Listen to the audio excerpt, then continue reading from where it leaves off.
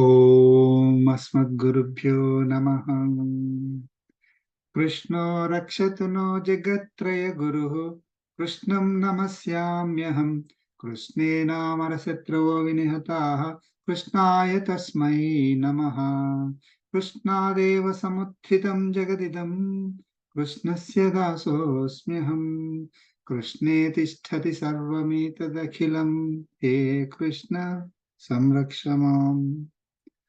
Jai Srimanarayana. With blessings of Sri Chinajaya Swamiji, we are continuing Bhagavad Gita. We finished chapter 5 and we are starting chapter 6 today. So we'll start with chapter 6. I'll start sharing the screen.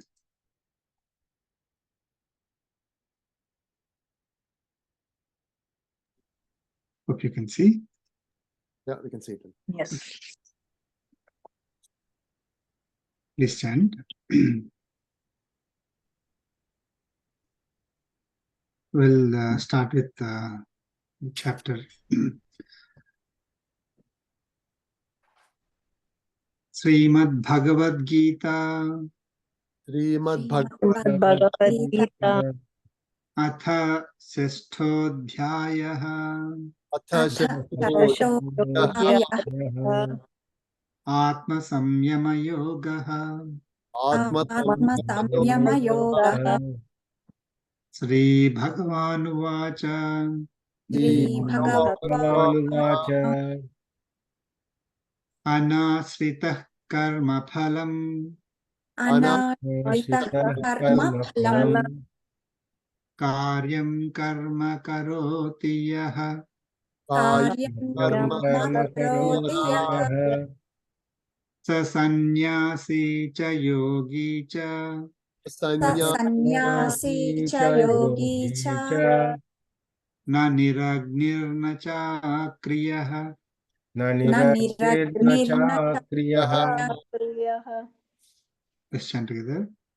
Sri Bhagavan Vacha Bhagavan Anasritah Karma Phalam Phalam Karyam Karyam Karma Karma Karoti Karoti Yah Yaha Sa Sannyasi Cha Sannyasi Cha Yogi Yogi Cha Cha Na Niragnir Na Cha Kriyaha. Kriyaha. Yes, Srimanarayana.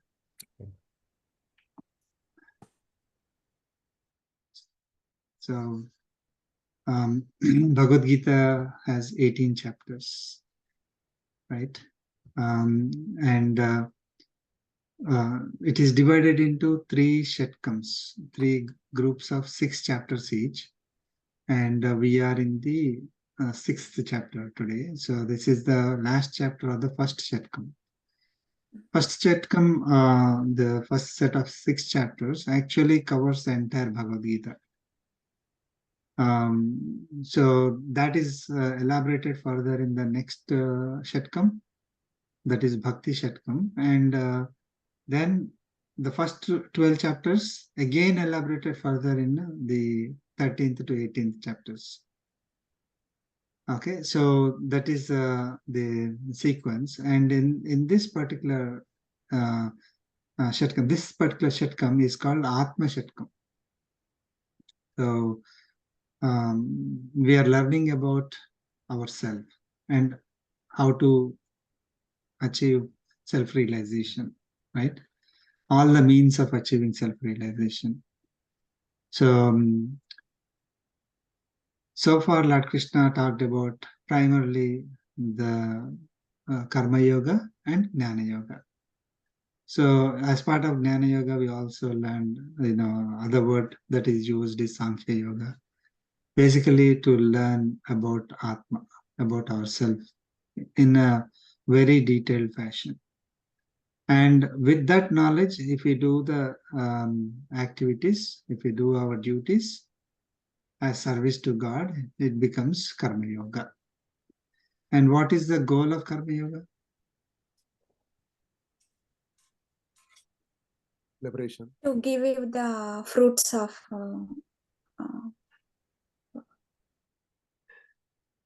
karma.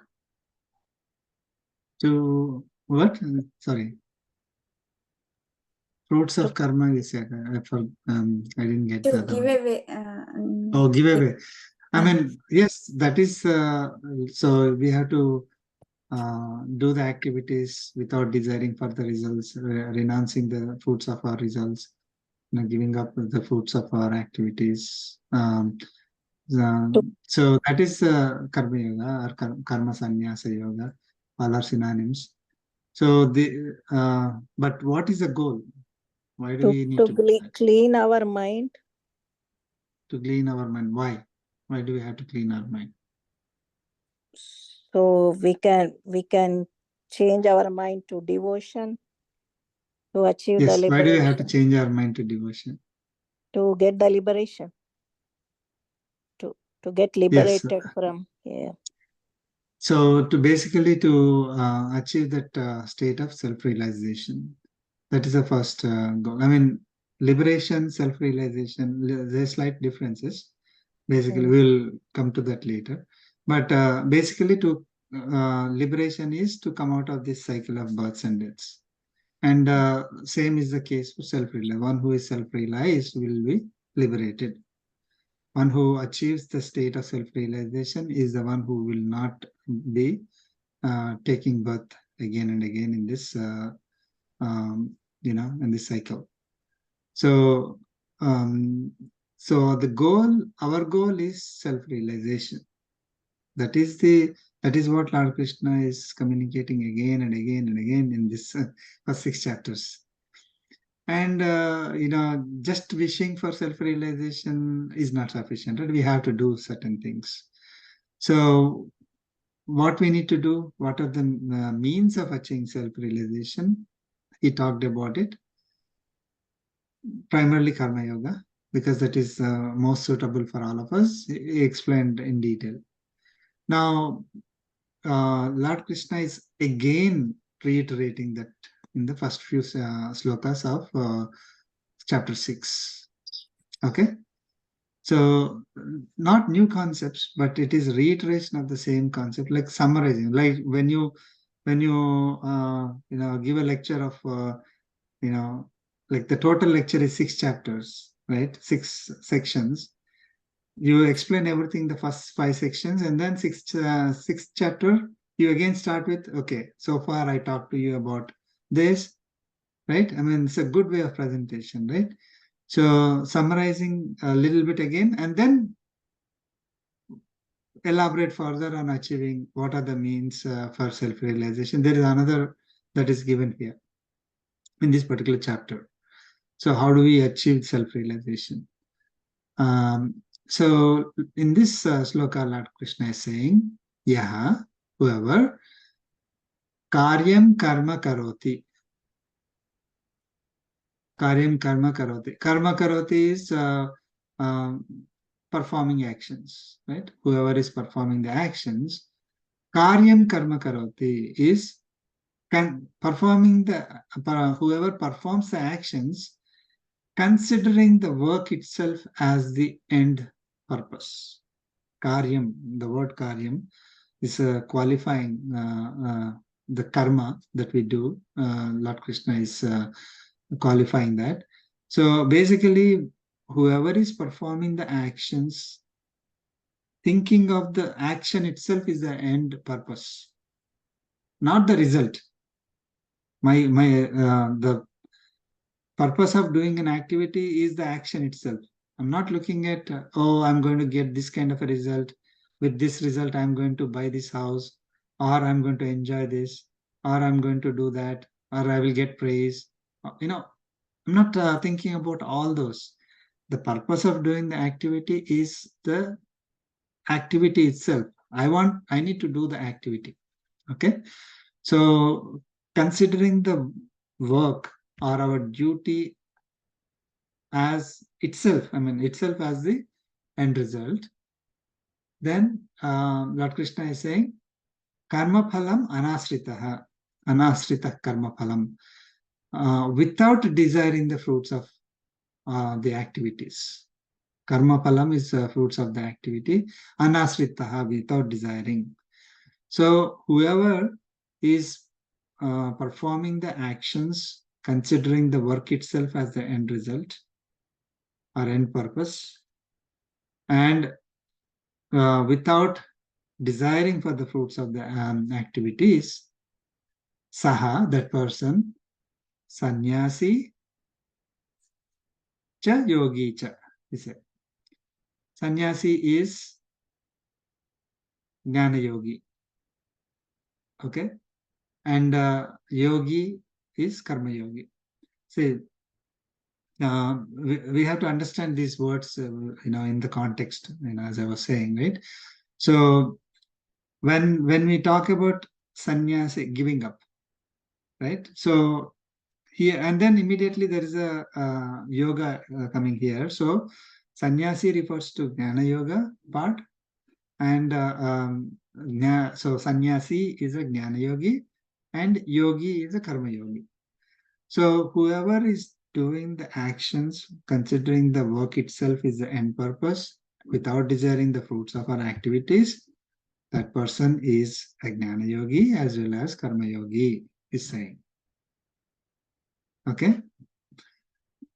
And Lord Krishna is saying, na niragnihi na akriya cha. Okay? Niragnihi is sacrificial fire. I mean, performing those sacrificial activities. Okay?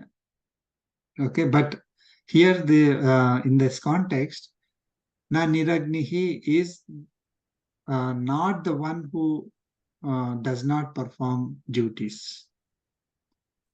Na niragni is coming, two negatives are coming. So na is not, niragnihi, one who does not perform the duties.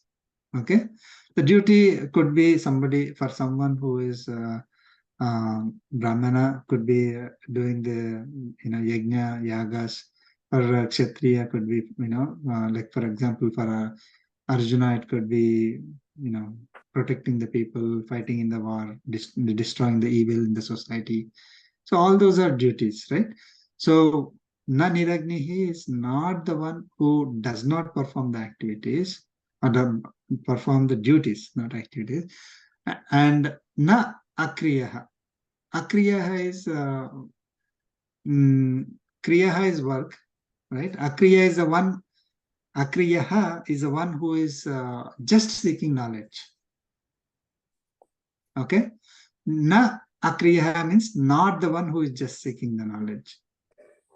Okay, so here Lord Krishna said, first he said, one who is performing the duties, thinking of that work itself is the end purpose, not considering the results, is not doing the duty because of the results, to enjoy the results or experience them, and without desiring fruits of the activities. That means giving up the fruits of the activities. Okay, such a person becomes Jnana Yogi and Karma Yogi, not the one who does not perform the duties, and not the one who is just seeking knowledge. So typically what we think, Jnana Yogi is the one who does not perform the duties, right? Okay, or the one who is just seeking the knowledge. Lord Krishna is saying no. Okay, one who is just trying to seek the knowledge, giving up the duties, will never become Jnana Yogi or Karma Yogi. Okay, of course they will not become Karma Yogi at all because they are giving up the duties. So if Arjuna is thinking that, I can become a Jnana Yogi by just giving up my duty of fighting in this war and just going and just seek the knowledge. Okay, Lord Krishna is saying, you will not become Jnana Yogi. Okay, so if you don't become, of course, he will not become Karma Yogi. So that person is neither Karma Yogi nor Jnana Yogi. So you will not achieve your goal of self-realization. You will not be liberated. You'll continue to be in the cycle of births and deaths.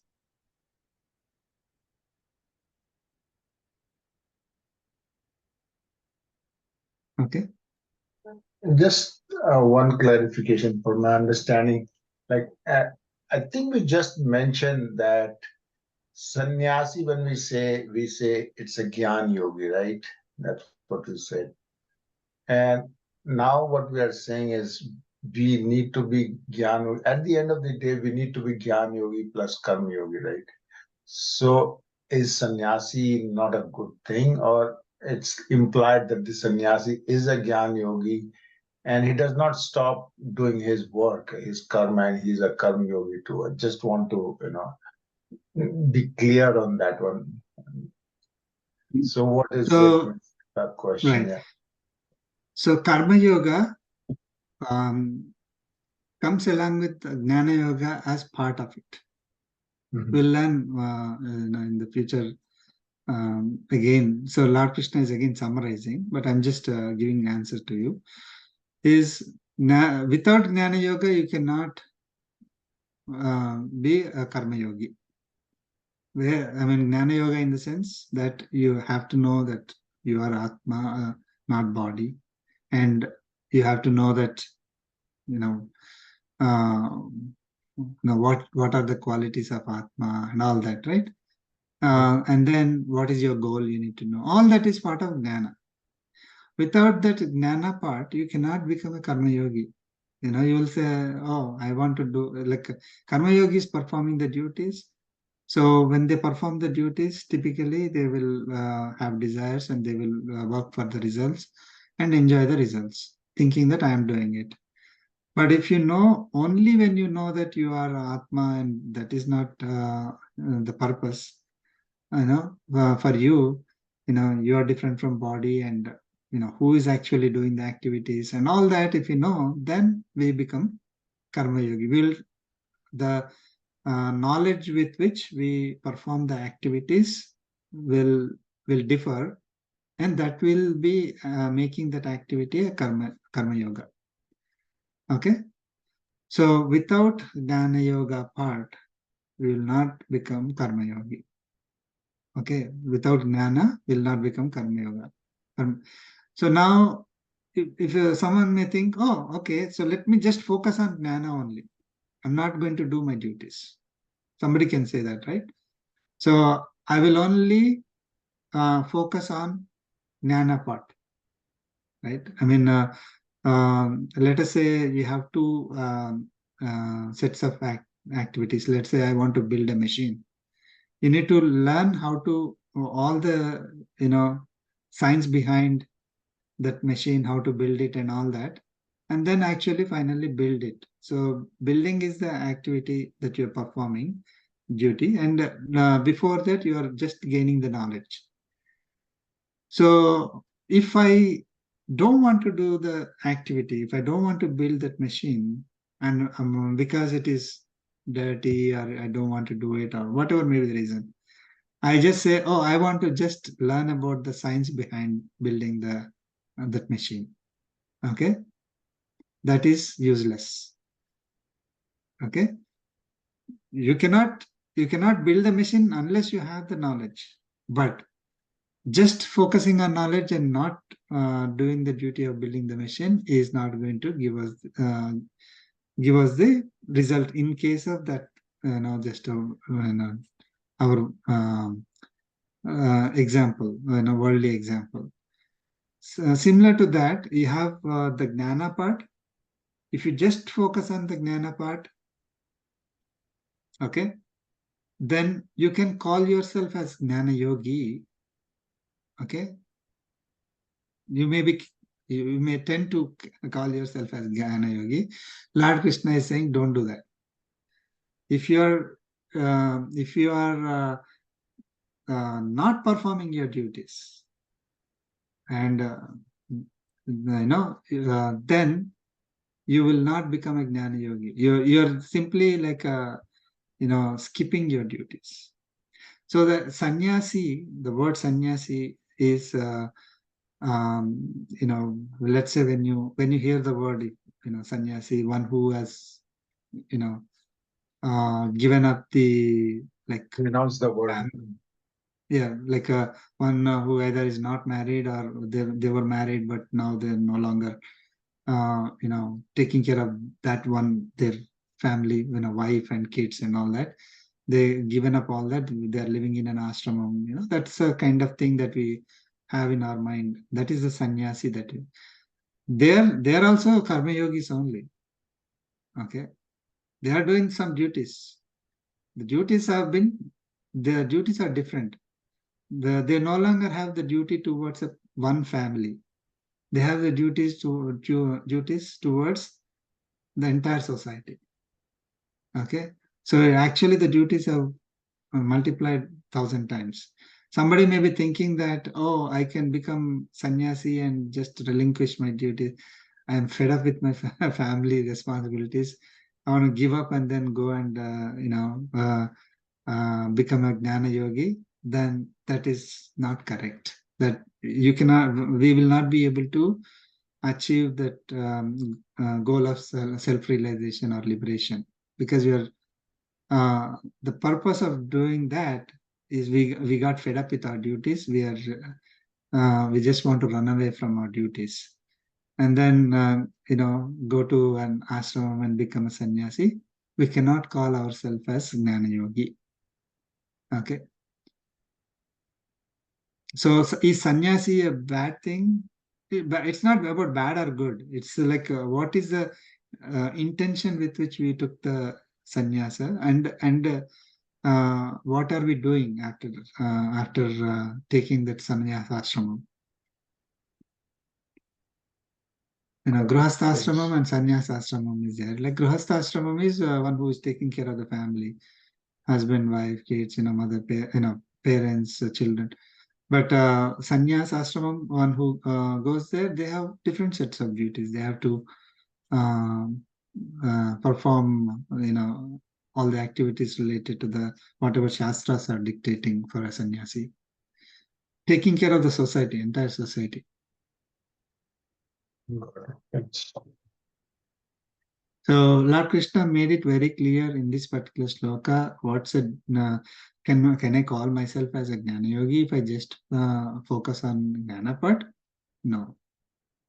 Okay, that Jnana, with the Jnana, I am performing the karma. Then I can call myself as a Jnana Yogi and also Karma Yogi. It's like one shot, two birds, right? So I will, if I skip the duties, I cannot call myself Jnana Yogi, right? Even if I'm focusing only on the, gaining of knowledge. Okay. So if I'm just doing the duties, I cannot call myself as a Karma Yogi or Jnana Yogi. Like if I'm doing just the duties without backing of the akarma, the knowledge with which we have to actually perform the activities, like those who probably have not got the knowledge of Bhagavad Gita, what Lord Krishna gave us. So we just do our duties, thinking that I'm doing it, I'm getting the result, I'm enjoying the purpose of my life is to enjoy materialistic benefits. I have to get a lot of money, have a lot of friends and family who and all that, live happy, healthy life with a lot of money, a lot of possessions, everybody praising me. If that is the typical, life, if I'm doing that, I'm totally not doing the karma yoga. And so if I'm not doing the karma yoga, then I'm also not Jnana Yoga, right? Of course, the Jnana part is there, not there. That's why I'm doing it as a regular karma, not as karma yoga.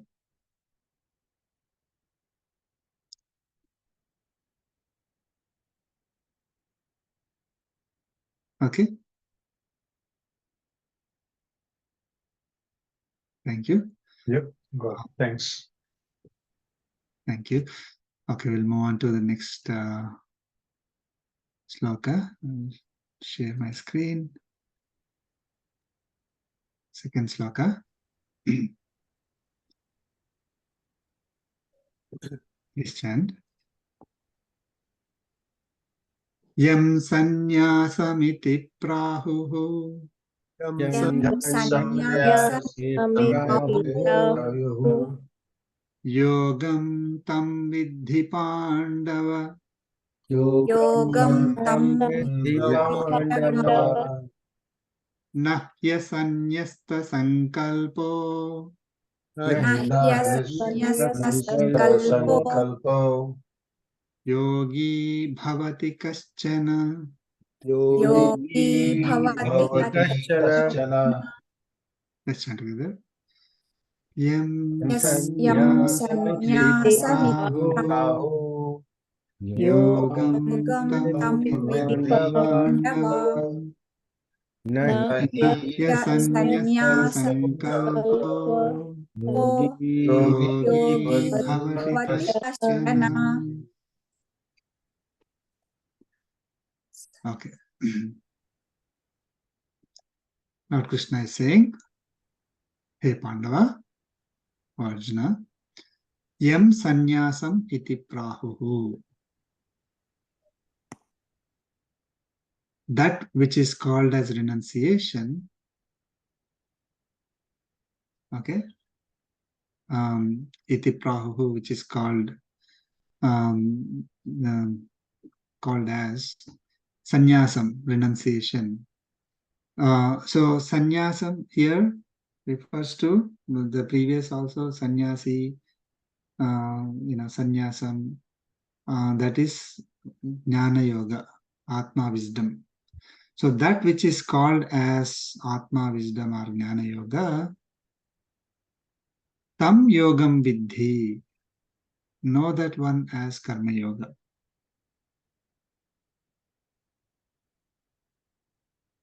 Okay. So we are thinking that, okay, renunciation, I want to give up. Okay, it is not giving up of the activities. It is giving up the fruits of the activities.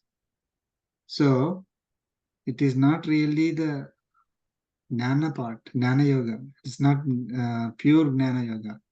You're doing the Karma Yoga there. Like I'm doing the activities, I'm giving up the fruits of the activities. So that is Karma Yoga. So whatever you are trying to refer to as Jnana Yoga, sannyasam, sannyasi, renunciation, whatever you are trying to refer to as giving up, that giving up is really Karma Yoga. It is not giving up the duties. It is giving up the fruits of the activities, giving up the ownership, giving up the doership, giving up the desires, right? So that all those are all part of the Karma Yoga. Okay. And Lord Krishna is saying, Kaschana asanyasta sankalpaha, someone who considers body as Atma, yogi na bhavati, never becomes karma yogi. Nahi asanyasta sankalpaha yogi bhavati kaschana. So Lord Krishna is saying, someone who considers body as Atma, asanyasta sankalpaha, okay, never becomes a karma yogi. So the first and foremost condition, prerequisite to become a karma yogi is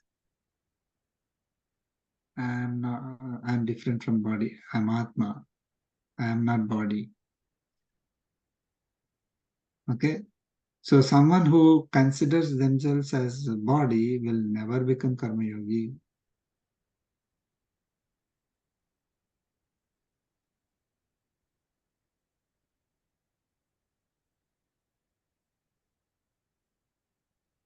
In this sloka, I mean, I'm confused. So Lord Krishna is saying someone who considers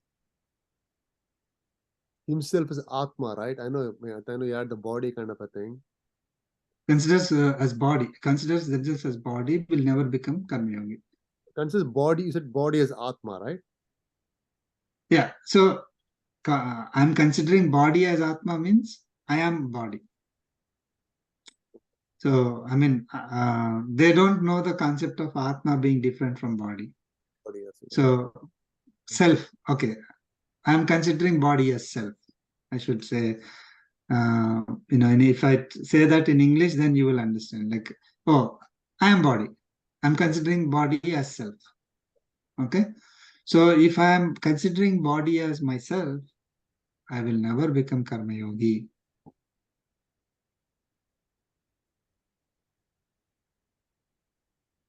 So when I consider myself as body, I will be doing those activities. I will not be giving up the activities. External objects, senses, and all those things. Yeah. Okay.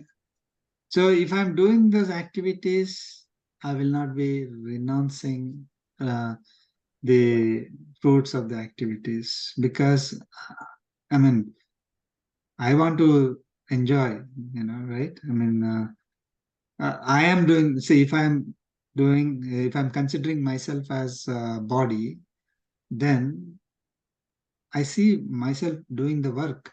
So how can I say that I'm not the owner? I'm not the doer.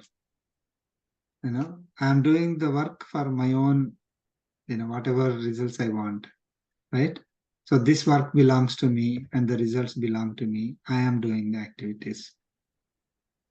Simple. So if I am thinking like that, I will never become karma yogi. I will not be giving up. Okay. So whatever that giving up that we are thinking about,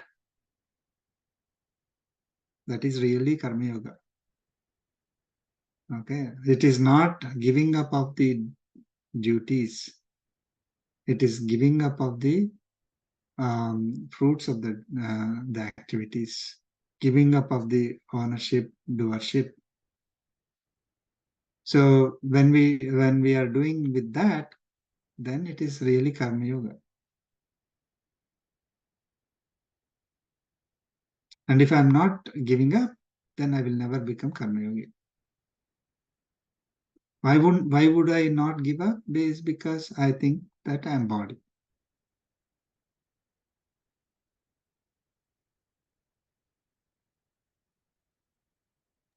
So does that mean with no knowledge of Jnana Yoga, one who perform Karma Yoga? Yeah, with no knowledge of Jnana Yoga, we cannot perform Karma Yoga.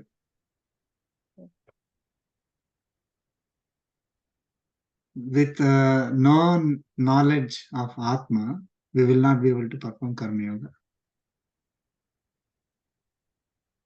Here, Atma, does Atma mean soul here? Are we referring Atma as body only? It is confusing. Atma always refers to soul. So Atma is I. Okay. So if I consider body as I, then I will not become karma yogi. If I say Atma is I, then I will become karma yogi. Okay. So I am Atma is the first and foremost principle for becoming karma yogi. And if I don't know that I am Atma, then I cannot be karma yogi. And if I don't know that I am Atma, then I am obviously not having that Jnana. So I cannot be Jnana yogi. So I am neither a karma yogi nor Jnana yogi. So I will not become, I will not be liberated. I will not be self-realized. Simple. Okay. Again, this is Lord Krishna he gave so much information in the first 5 chapters. I mean, primarily from 2nd to 5th chapter, right? And then again reiterating in a different angle so that we get that knowledge very clearly. Otherwise, it's confusing. What is this karma yoga, jnana yoga, or all that. So Lord Krishna made it very simple. Okay, if you are thinking that I can give up all the activities and become a jnana yogi, you will neither be jnana yogi nor karma yogi. Okay, if you are thinking that you are body, you will not be karma yogi, and of course you will not be jnana yogi. Whatever giving up you are thinking of is actually karma yoga. Okay, it should be. It's not jnana yoga. It is karma yoga. Mhm. There is no concept of giving up in jnana yoga. Jnana yoga is gaining the knowledge, right? Jnana part. So giving up comes only when you are applying it to some duty, some work. Yes. Okay, we'll move on to third sloka. Share my screen.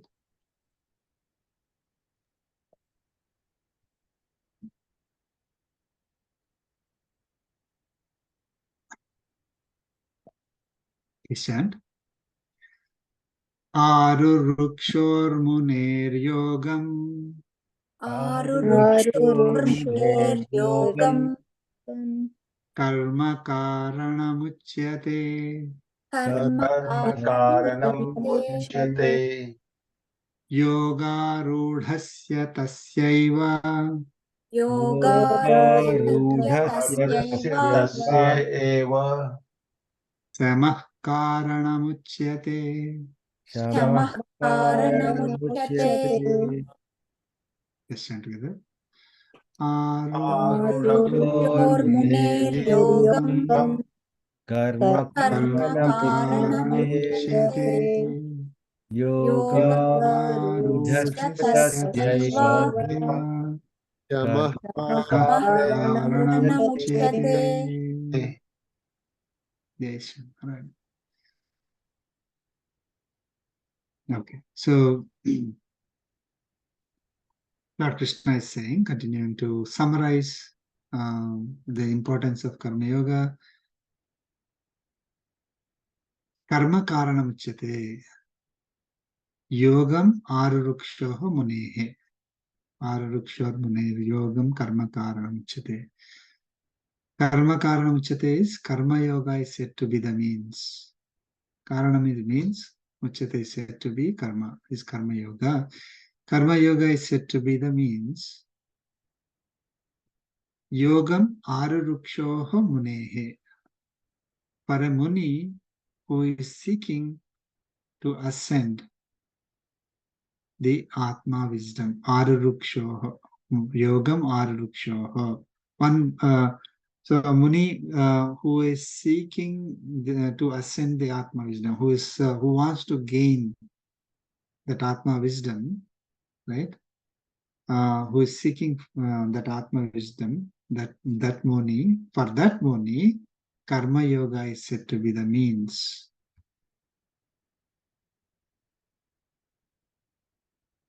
Okay, so what does it mean if my goal is to, get self-realization, Atma wisdom? Then what is the means? Karma Yoga, Karma Karanam Chit. Karma Yoga is the means. That means you have to do our duties as service to God, right? And so on. So to gain Atma wisdom, the means is Karma Yoga. Not simply sitting there and reading books just for the sake of gaining knowledge. Okay, that is needed to do the work. So you cannot skip the work. You're just focusing on the knowledge, right? So for a Muni, for one who wants to get the Atma wisdom, knowledge of the self, or Jnana Yoga, the Karma Yoga is the means. Now Lord Krishna is stating, Yoga Rudhasya Tasyeva Samah Karanamuchyate. Yoga Rudhasya Tasya Eva. Eva is only. Now Lord Krishna is saying something important. Yoga Rudhasya Tasyeva, only for a person who is firmly established in Atma wisdom. Already. It already is understood. Right?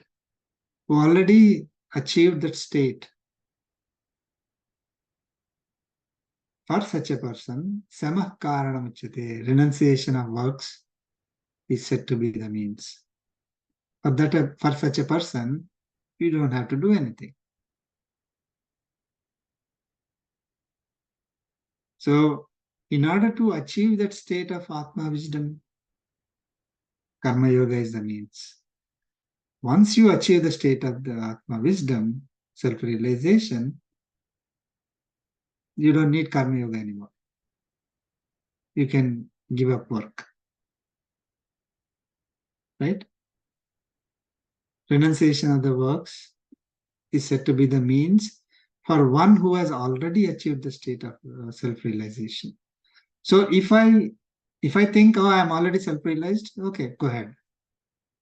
Just give up on all the works. But that is like thinking that, closing the eyes and thinking that I'm someplace, right? I'm in front of Niagara Falls. Am I really in front of Niagara Falls if I, not right? So if I truly achieve that state, if I'm really self-realized, Lord Krishna is not saying that you still have to, do these things. But for what? You're already there, right? You don't need to do anything more. However, they also don't stop. That is another thing. But the thing is that for them, when they perform the Karma Yoga, it's not that they are going to a next stage, right? There's nothing beyond that. So you already achieved that state of self-realization. So you will continue to be in self-realization, which they can even if they don't do the work. But it's not easy to reach that state. So that's why it's always, for anyone who wants to achieve the state of self-realization, Karma Yoga is the means. Not just pure Jnana, focusing on Jnana and doing nothing. That's not the means for achieving self-realization.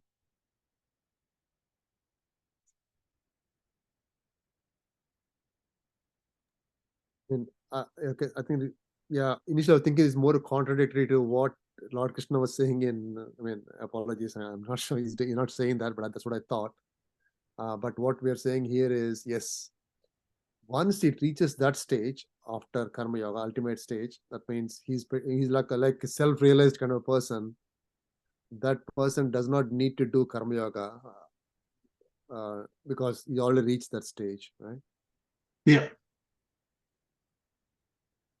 And yeah, it's not the first stage where we can just do book reading kind of a thing. We live in Karma Yoga. You can't do that, but you need to start with Karma Yoga, right? Right. Progression. So once okay. So how can we check whether we already reached that state? Right? How do we know? That's the key part. If we already know, then yes, you don't need to do the Karma Yoga, all right? But we'll see who is in that state, right? I mean, even in the how do you get to that state in the previous chapter, last couple of slokas, right? Who will achieve the state of liberation, self-realization? Lord Krishna gave a big list. Yes. How many of that we are perfectly following? Right? Not much. We are trying. We're still trying. It's it's not like we are there already. Like, yeah. Because even Lord Krishna himself says in the third chapter, right? Because even, right, I mean, he doesn't need to do any work, but still he does it, right? Yeah. Wise people who already reached the state of self-realization still do their duties, because others will take them as example. They don't know whether this person is really self-realized or not. But if they see that this person is not doing the duties, they will be confused, and they will think, oh, I also cannot, need not do the activities.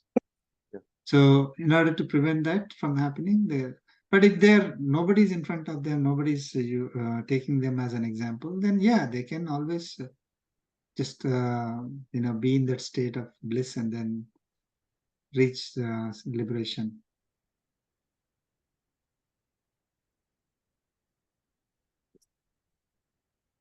Okay, so we'll move on to the next sloka. Simple but very powerful summary. Out of Right. Sloka 4.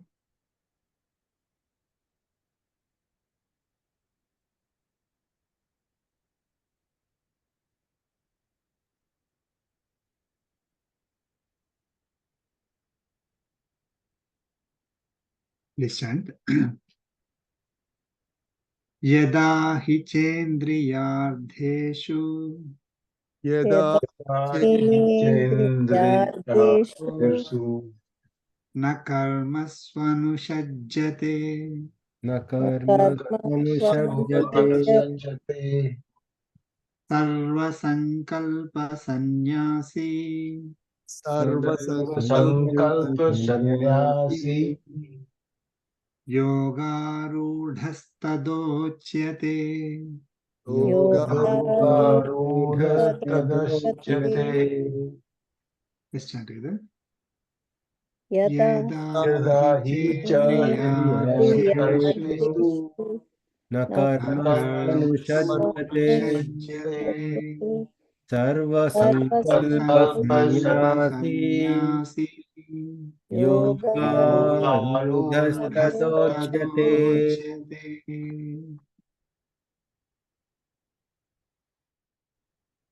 Okay. Yada, when, na anushajjate,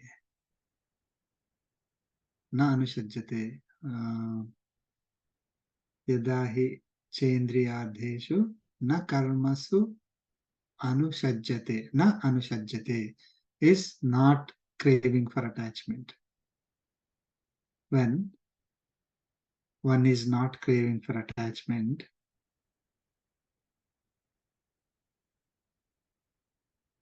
na indriyardheshu, indriyardheshu karmasu. So, na anushajjate indriyardheshu karmasu. Indriyardheshu is in sense objects. Indriyardhas. Indriya is senses, Indriya Artha is sense object. What are the sense objects?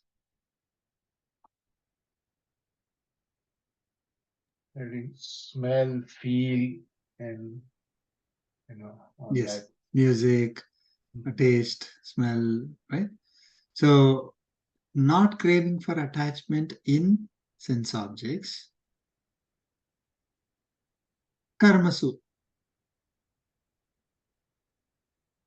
Karmasu is in activities. In activities related to senses. I mean, so we have karmendriyas and jnanendriyas. So first he's saying not craving for attachment to the sense objects, jnanendriyas, which which give us the sensory perception. Okay, we we basically experience the sense objects through the senses, which are Jnanendriyas. And we also perform activities using our karmendriyas. So I want to do something, to satisfy my senses, right? So I'm either, let us say, eating, that is taste, or I'm cooking for the sake of sensory, that satisfying our senses. Cooking to make that food which I can taste. Or I really like to see a movie, so I do an act, like I all the way go to a movie theater to watch it, or I I want to experience that beach. So that is experiencing the sense object, which is a vision, um, color, light, and all that. So then, what do? We do an activity in order to experience that senses, to satisfy our senses. Lord Krishna is saying, na anushajyate indriyadheshu karmasu. Not craving for attachment in either the sense objects or in those activities related to satisfying our senses. When that happens, tada, then sarva sankalpa sannyasi, one who has renounced all materialistic desires, sannyasi, giving up, right? What? Sarva sankalpa sannyasi, all materialistic desires.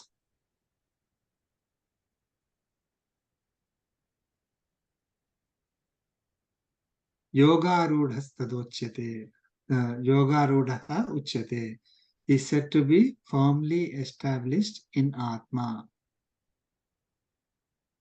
Yoga arudha uchyate, said to be firmly established in Atma. So one, actually that tada should come later, right? So there are two conditions here. To say that who is firmly established in Atma. One who is not craving for attachment to either senses, the sensory experiences, or attachment to the activities in order to satisfy the senses. Okay, that's number one. Number two is Sarva Sankalpa Sannyasi, is one who has given up all materialistic desires. That person is firmly established in Atma. So those desires and the sensory objects, sensory perceptions, all those are external, right? If you see, are they internal in nature? No, they're all external. I'm seeking some pleasure, some, or doing some activity in order to get some pleasure or happiness from external things. So if I'm doing that, I'm not focused on Atma. But I'm not attached. I may be doing those activities. Like I'm doing karma yoga, right? In order to achieve Atma wisdom, self-realization. So I'm performing those activities, but I'm doing without attachments, not craving for them, not having desires to materialistic, possessions. When I do that, then I'm focused on Atma. I'm established in Atma.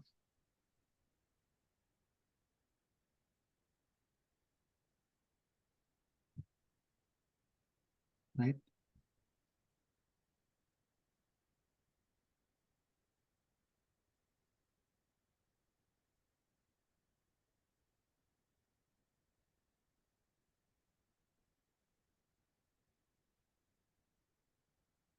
So in order to be established in Atma, what do we have to do now?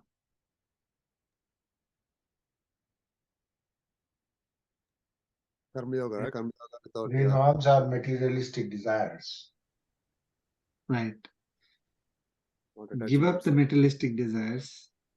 Give up craving for sensory pleasures.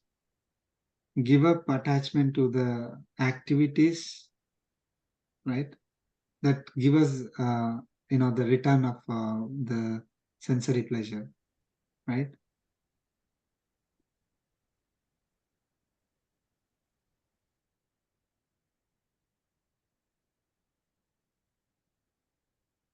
Because usually we think that Atma wisdom is something completely different, right? Which is nice explained again here. And he explained a lot of slokas that it's nothing different from, right? I mean, yes, it's not an easy thing to do, but still explained that, the indriyas and attaching ourselves to karma indriyas and whatever, right? I think sensory objects kind of a thing. Yeah, I think giving up all this itself is Atma wisdom, right? That's what, Right. So who controls the senses? mind, right? Manasu. Mind. Mind, Mind. yeah. Yeah. Now we are coming to the, like we need to control our mind in order to be self-realized, right? So if my mind is under control, not under the control of senses, my control, mind is in my control, then that mind can control the senses, that mind can control the desires, right? So then I will be self-realized. I'll be established in Atma. That is the Okay, depth. so right. So now that Atma Samyama Yoga is control of the mind, is the means to achieve self-realization. And how to control our mind is what is given in this chapter. I mean, very high level. Of course, there's a lot. Okay, so let us look at sloka 5.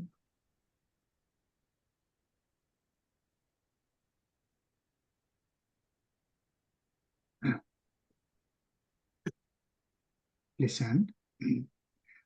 Uddharedātmanātmānam Atmana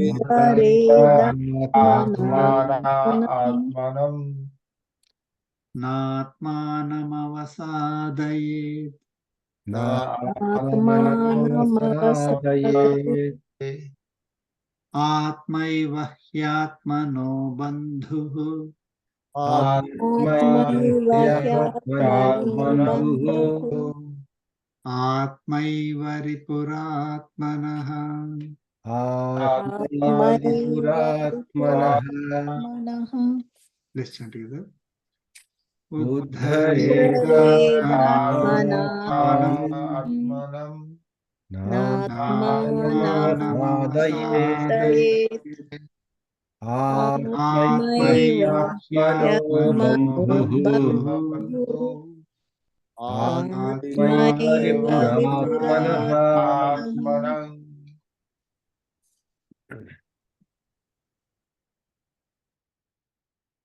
Lord Krishna is saying, Atmana Atmanam Uddharet. Uddharet Atmana Atmanam means elevate the Atma with mind. Atma has two meanings. One is mind, other one is that Atma as self. Right? So Uddharet Atmana Atmanam. Elevate the Atma with the mind. Atmanam na avasadayet is ordering, is kind of directing there. Not just stating there, but kind of giving direction. Do not sink it down. Do not sink the Atma. Okay? Atmaiva Atmahi Bandhuhu. Sorry. Atmaiva Atmanaha Bandhuhu. Right? So mind alone is the friend of Atma.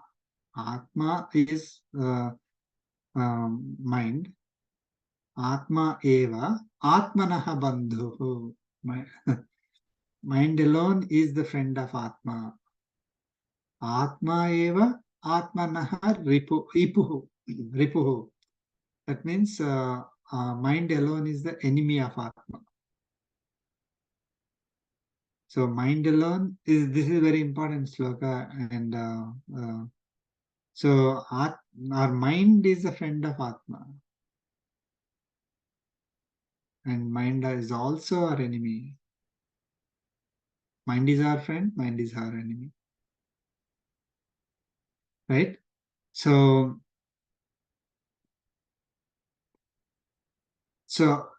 how can it be both friend and enemy at the same time?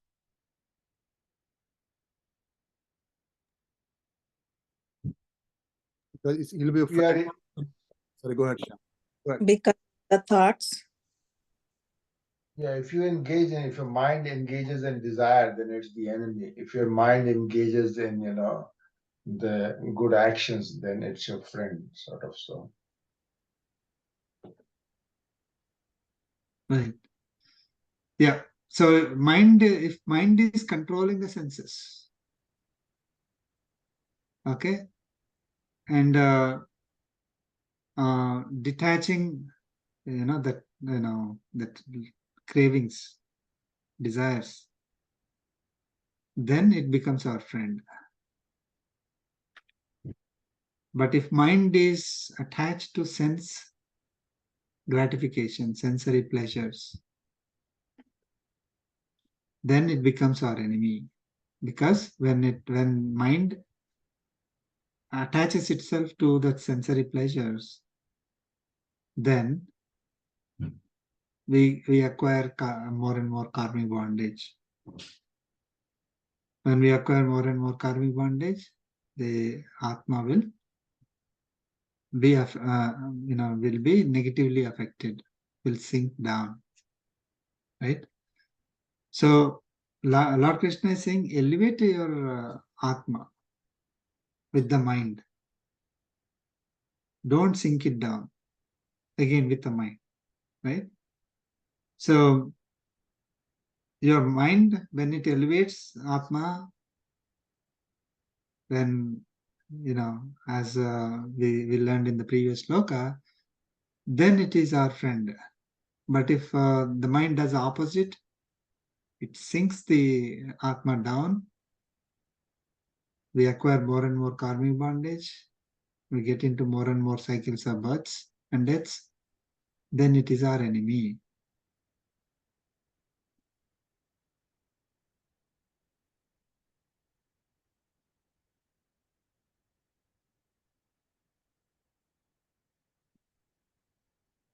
Okay? Again, simple but powerful slokas. So mind is a key here. Okay. Then next sloka. Sloka 6.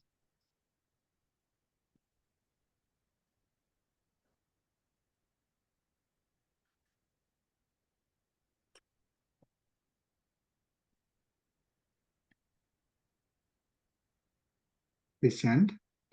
Bandhuratmatmanastasya Bandhura yenatmaivatmana jitah Atma evan Atmana jita anatmanastu shatrutve Atmanatu sattve vartetatmaiva shatruvat. Atma evam sattvat. Let's chant together. बन्धुरात्मा आत्मनस्तस्य तस्य येनात्मात्मनोजितः अनात्मनस्तु शत्रुत्वे वर्तितात्मैव वर्तेतात्मैव शत्रुवत् शत्रुवत्.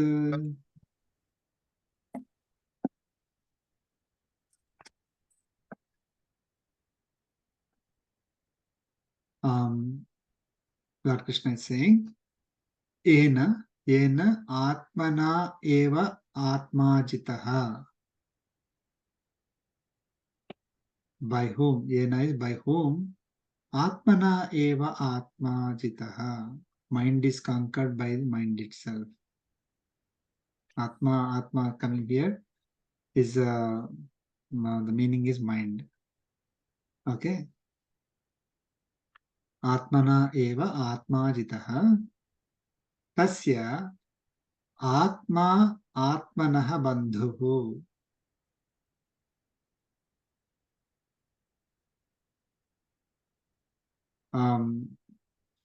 For him, Yena Tasya, mind is the friend of the Atma. So, with mind, we are conquering the mind. When the mind is conquered, it becomes our friend. Yena Atmana eva Atmajitaha, Tasya Atma Atmanaha Bandhuhu. Tu Anatmanastu Shatrutve is there. The two is but. Anatmanaha, whose mind is not conquered, Atma eva Shatrutve Shatruvat Varteta. Atma eva, mind itself,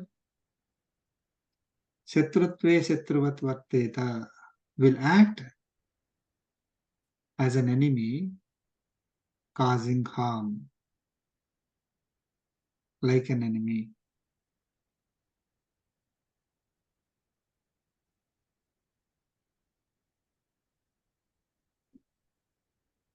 So, when mind is conquered by the mind itself, it becomes our friend.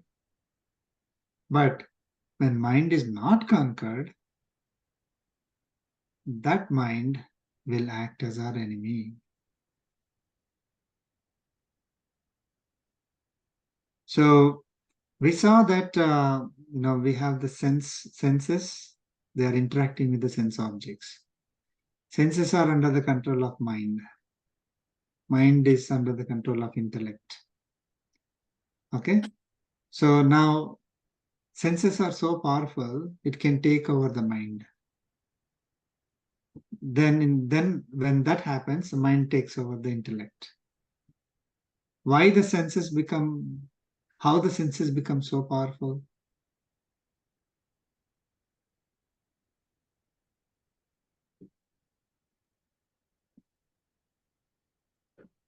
Not having control. Yeah.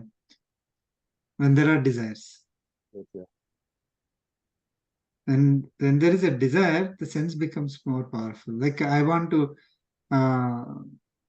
eat a particular, dish, for example. That's when that pulls me, right? And taste starts pulling me. If I don't have the desire, that sense will not pull me, right? So desire. That's why we learned in the previous chapters that desire is the greatest enemy that we have. So Lord Krishna is saying that desire should be controlled. The desire is controlled in the mind only. Okay. So if mind controls the desires, directly or indirectly, it also controls the senses. Mind is going to be the master. But if the desires are set loose, then the desire takes over the senses. The senses become so powerful, then the senses will take over mind. Okay, so mind is not conquered. Then mind runs after the senses, right? Senses will pull away. Like you have the chariot, horse with horses. The horses will pull the chariot in whatever direction it wants. Like that, the senses will pull the entire, all of us. So if we, Lord Krishna gave us just to recap how to control the senses. We need to know how the senses, how to control the desire. We need to know how the desires actually come. Anyone remember?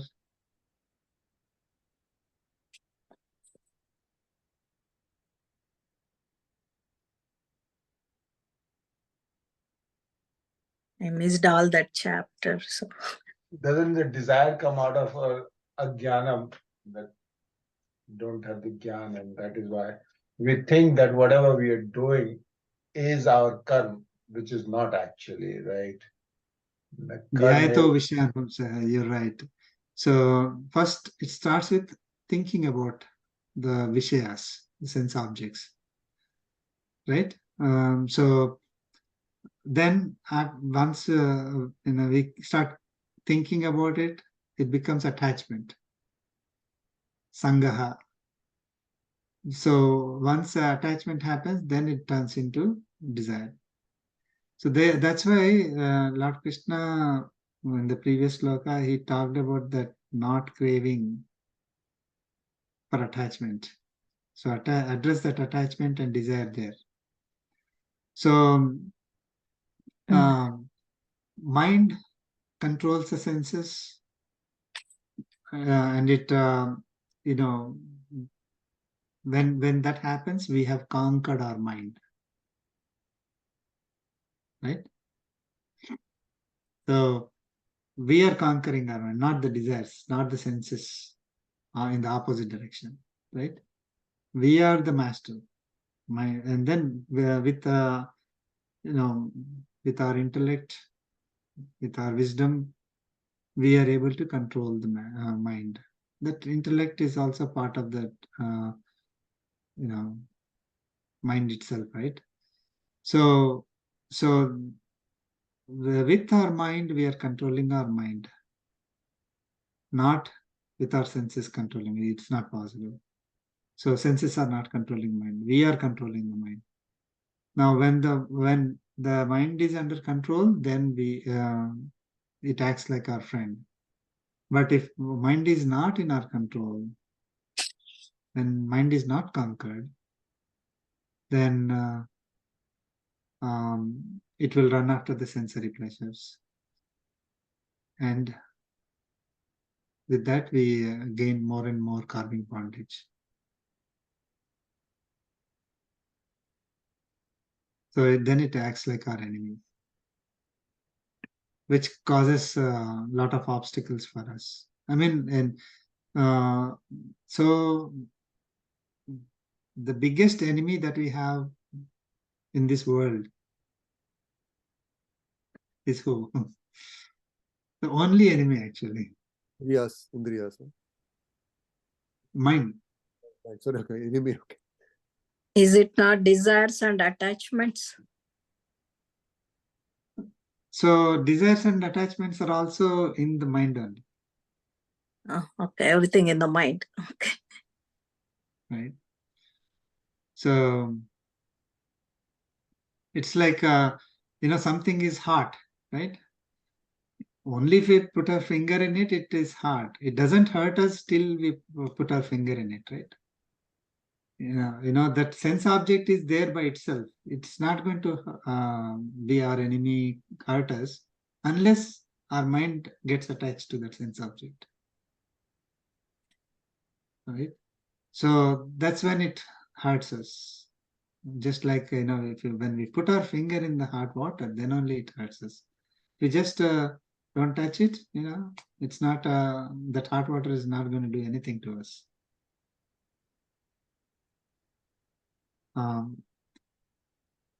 That's So what I Is think. the Sorry, Go go ahead. ahead. Well, go no, ahead. no, saying is mind is the enemy and friend both ways then, Yes, right? dependent. That is the thing that I was also saying. Yeah, that's true. So if I mind is our our enemy, I should start hating it. No, don't do that, because mind is also our friend. You love your mind. You take care of your friend, right? Like, so it can it's like a, double-edged sword or something. So you can use it for good, you can use it for bad, right? If you have a knife, you can use it to cut vegetables and cook food and eat, or hurt somebody. We don't want to use the knife to hurt somebody, then it is our friend. Same way, our mind should be used in a way that is going to be beneficial for us. Without mind, we cannot do anything. Like somebody, um, uh, like they cannot control at all. Like I mean, it's not part of Bhagavad Gita, but let's imagine somebody's mind is weak because of some reasons, right? They're born with that kind of some disease or whatever. They cannot control at all. So it will go without any control. It will go whatever it wants to do, unfortunately. But when we are we need to try to control it in such a way that it does not run after the sensory objects. So the buddhi and manas, probably I think a little bit better. I mean, I don't know, I'll be able to understand a little better from me. One is buddhi, another manas, right? So buddhi, they always keep fighting, and both are part of the mind only, right? Intellect and mind, right? I mean, I know, but that's where mind is. So friend. right here you can say, Lord Krishna said, with Atma you control the Atma. You could treat it as for our understanding purpose, using our buddhi control the mind. Mind, right? Yeah, they're kind of. Right. So that Atma refers to both, like buddhi and mind, manas. Now, so we can treat it as, okay, using my buddhi, I'm controlling the manas. To be clear, Atma eva Atma hi bandhuhu, Atma eva ripratmanaha. So mind is our friend of Atma. Here the Atma is ourself, self. Atma eva ripuratmanaha. So it's our enemy also. And if I control the mind, then it is my friend. If I don't control the mind, it is my enemy. So, like the one sloka is saying it's a friend. It is a friend as well as enemy. Next sloka is clarifying when it will be my friend, when it will be my enemy. If I control it, it is my friend. If I don't control it, it is my enemy. How do you control it? Control by yourself only. I mean, so with Atma, control Atma. So you can take it as with mind you can control my mind, or you can with the buddhi you control the mind. But basically, control the mind. So how do you control the mind? Is having the knowledge. Otherwise, it's not possible to control the mind.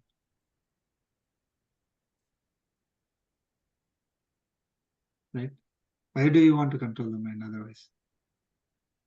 There's no, I mean, you'll think the opposite. No, you're a fool if you are controlling your mind. Let it enjoy. Why are you? I mean, Charvaka principles were like that.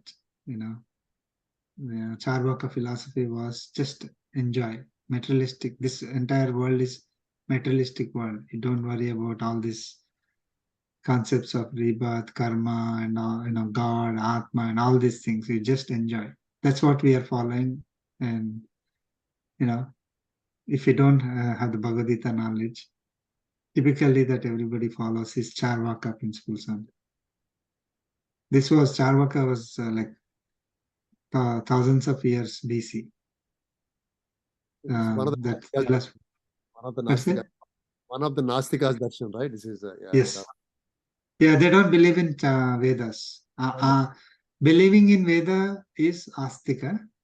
Not believing in Veda is Nastika. It's not about God. It's not about believing in God is Astik, and not believing God is Nastik. It is not. So the Charvaka philosophy is Nastik philosophy, where they don't believe in Vedas. Vedas talk about all this karma and God and Atma and rebirth and all that stuff, the rituals that you need to do, the duties that are assigned to everyone. So all that, they don't believe anything. So that's the complete opposite. So for them, according to Bhagavad Gita, their mind will be their enemy, nobody else.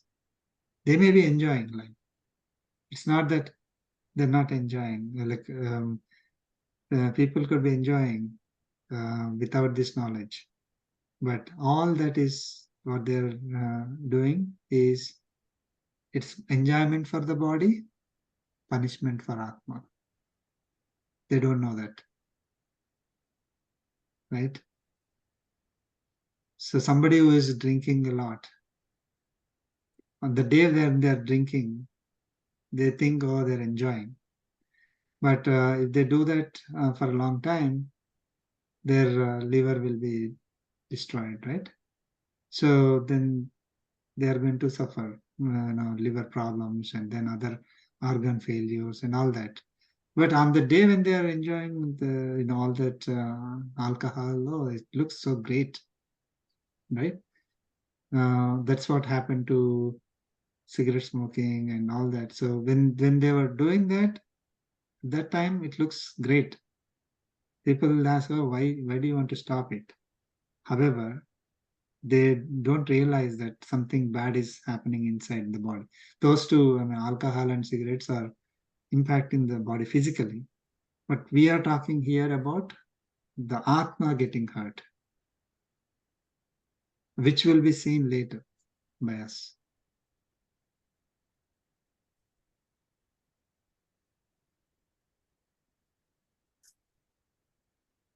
Okay.